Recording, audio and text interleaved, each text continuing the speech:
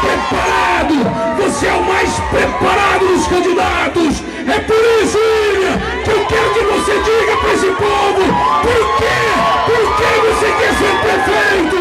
Fala, meu menino! Fala, William!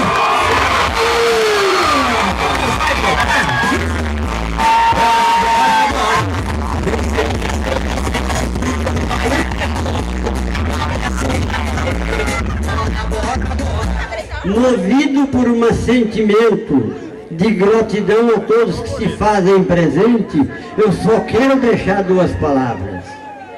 Todo descaso que acontecer com vocês estará refletindo a minha pessoa. Por isso é que eu estou.